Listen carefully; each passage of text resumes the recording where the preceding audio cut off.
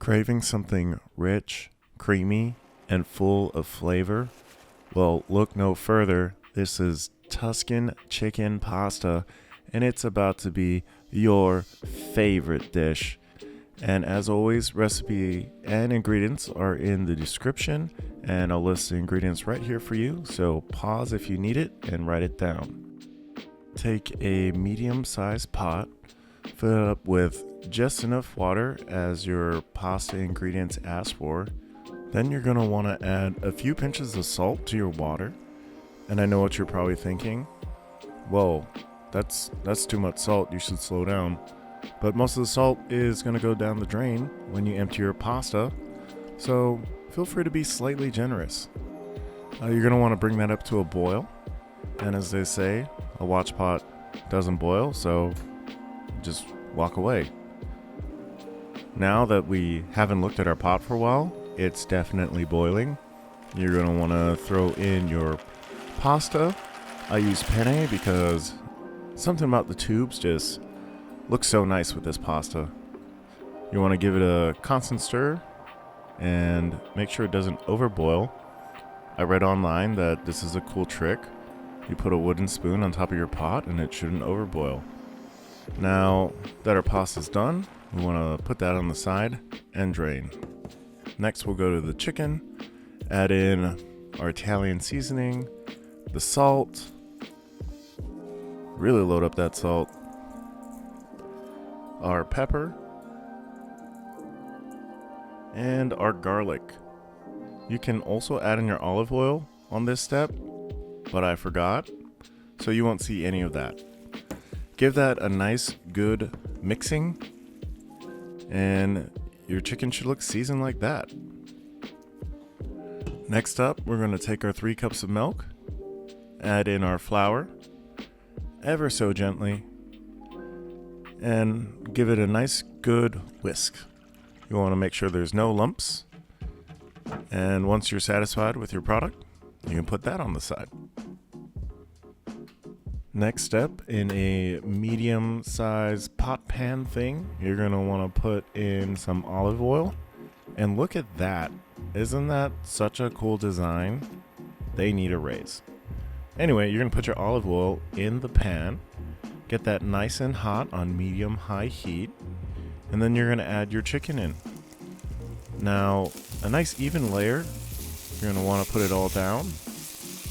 And you're going to want to cook this for 2 to 3 minutes per side. Normally you could batch this, but I was feeling kind of lazy, so I dumped the whole thing in. And since I forgot to put the olive oil in the initial mixing step, I just put some on top. All's well that ends well. Now we're going to give our chicken another nice little flip. And in 2 to 3 minutes, when everything's been browned on each side, we're going to go in and add our delicious, you guessed it, here it comes, sun-dried tomatoes.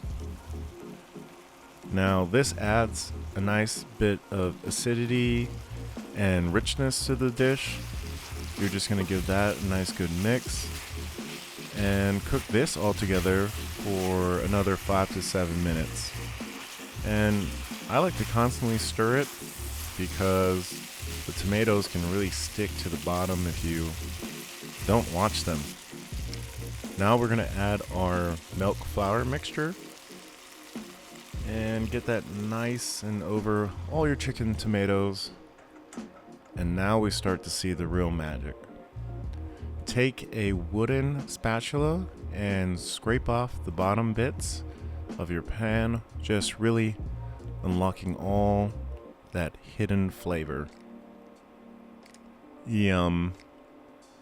Doesn't that look so good? Nice.